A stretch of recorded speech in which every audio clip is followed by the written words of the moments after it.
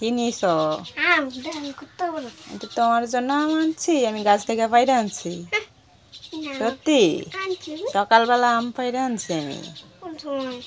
তুমি যখন মাদ্রাসায় চলে গেছো। গাছ থেকে চারা গাছে আম আসছে। সত্যি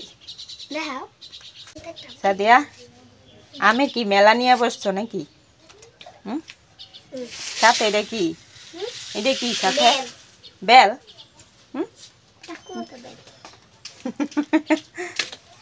ম্যাডাম আম কাটেন কেন? রাগ করেছেন? বলেন হ।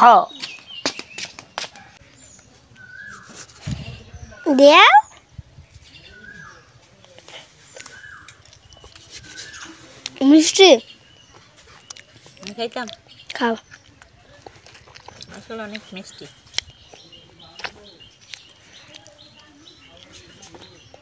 দেখে দেখাইব আমি তুমি?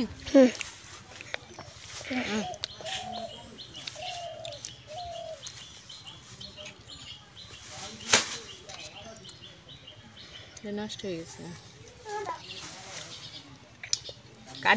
আসসালামু আলাইকুম, সবাই কেমন আছেন? আশা করি ভালো আছেন।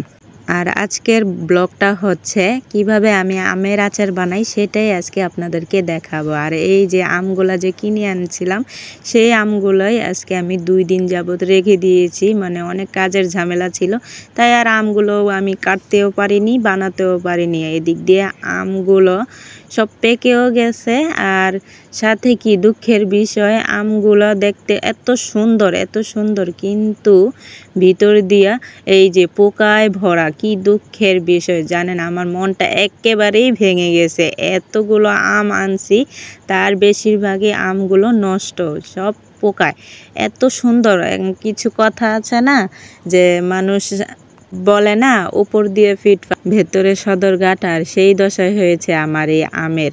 আর এই যে আমার সোনামণি সুন্দর করে আমাকে কিন্তু কাজে হেল্প করতেছে, পানি এনে দিতেছে। আর এদিক দিয়ে কিন্তু আমার আম প্রায় কাটাই শেষ।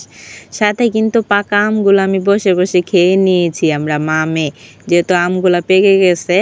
আর সাথে আমাদের গাছেরও কিছু আম, যেহেতু আমাদের গাছে এবার বেশি আম আসে নাই। আর এই যে আমগুলো কিন্তু আমি কেটে রোদে শুকাতে দিয়েছিলাম, ওগুলো আর আমি দেখাতে পারিনি। আর এই যে আমার সব কিছু রেডি হয়ে গেছে, খাঁটি সরিষার তেল দিয়ে আজকে আমের আচার তৈরি করব। আর আগে ভেজে নিতেছি শুকনা মরিচ, যেহেতু শুকনা মরিচ দিতেই হবে, টক ঝাল মিষ্টি আচার হবে তার জন্য।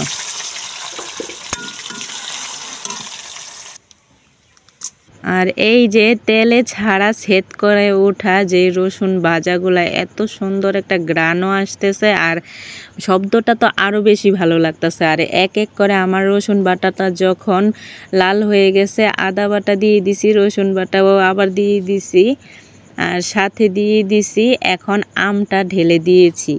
যেহেতু আমটা একটু ভাজি করে নিয়ে তারপর এটার ভেতরে একটু মরিচ, একটু লবণ, সাথে একটু ধনিয়ার গুঁড়া দিয়ে দিব। আর হলুদ মাখায় তো এই আমগুলো আমি রোদ্রে শুকাইছি, তার জন্য আর আমের ভিতরে কালার করতে হবে না, আম এমনি কালার হয়ে গেছে। খুব সুন্দর একটা কালার কিন্তু হবে আমের। এক এক করে সব উপকরণ কিন্তু আমি দিয়ে দিতেছি, সাথে কিন্তু একটু জিরাও দিয়ে দিতেছি, পাঁচফোড়ন তো অবশ্যই দেব, তার সাথে আমি কিন্তু জিরা মশলা সবই দেই। আর সাথে একটা আম গাছে থেকে এনেছি, পড়েছে, তাই এই আমটা কাটতে এত যুদ্ধ করতেছি আমটার সঙ্গে, খুব কষ্ট হইতেছে, মানে শক্তি খাটাইও আমি পারতেছি না এই আমটার সঙ্গে।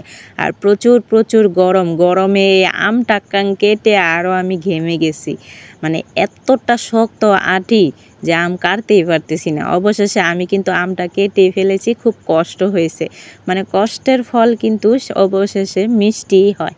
তার জন্য আমটাও আমার কাটা হয়ে গেছে। আর ওই আমগুলা তো আমি শুকাই নিছি হলুদে। আর এই আমটা তো যেহেতু এখন আমি কাঁচা আমটা পাইছি, তার জন্য আমটা আমি এখন কেটে দিয়ে দিব আচারের ভিতরে, তার জন্য খুব চেষ্টা করে কাটতেছি, মানে এত কষ্ট হচ্ছে বলার বাহিরে। তারপরে কি আর আমগুলা কেটে ধুয়ে দিয়ে দিছি।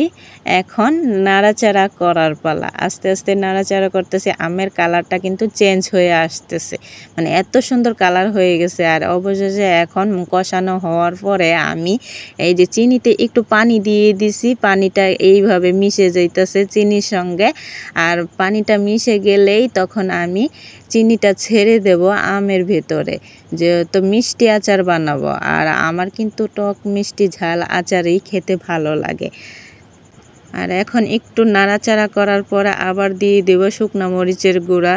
আর এগুলো আমি ভেজে নিয়েছিলাম প্রথমতই। আর আস্তে আস্তে কিন্তু আমের আচারের কালারটাও খুব সুন্দর কালার হয়ে আসছে। আমি কিন্তু একেবারেই ভেজে নিব। অবশেষে কিন্তু আমার আচার কিন্তু হয়েই গেছে, প্রায় শেষের পর্যায়ে। কি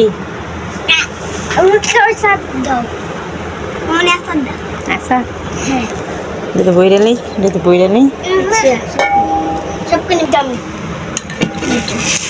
খাও।